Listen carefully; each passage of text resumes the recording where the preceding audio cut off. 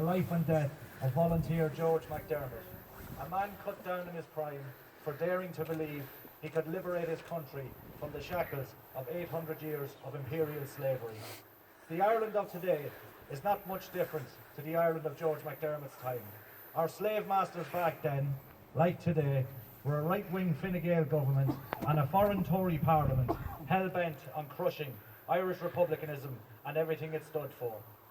Poverty and hunger were the lot of the masses, serfdom the acceptable norm. It was against these conditions that men like George MacDermott stood up and were counted. They sacrificed themselves for the betterment of their people. They fought so that Ireland could be free. Free from destitution, free from social and religious intolerance, free so that Ireland could determine her own future and take her place amongst the rightful nations of the earth. Accordia, that fight still goes on. In this state today, 400,000 people live in fuel poverty. 98,981 patients languished on hospital trolleys last year. 680,000 patients suffered on hospital waiting lists last year.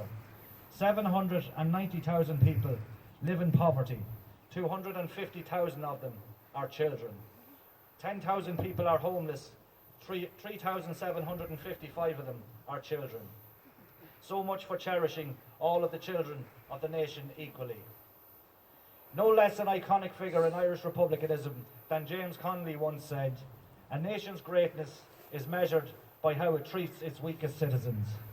By any rule of measure, the suffering inflicted upon the weakest members of our society through almost 100 years of Fianna Fáil and Fine Gael governments is a damning indictment and betrayal of the principles envisioned in the proclamation.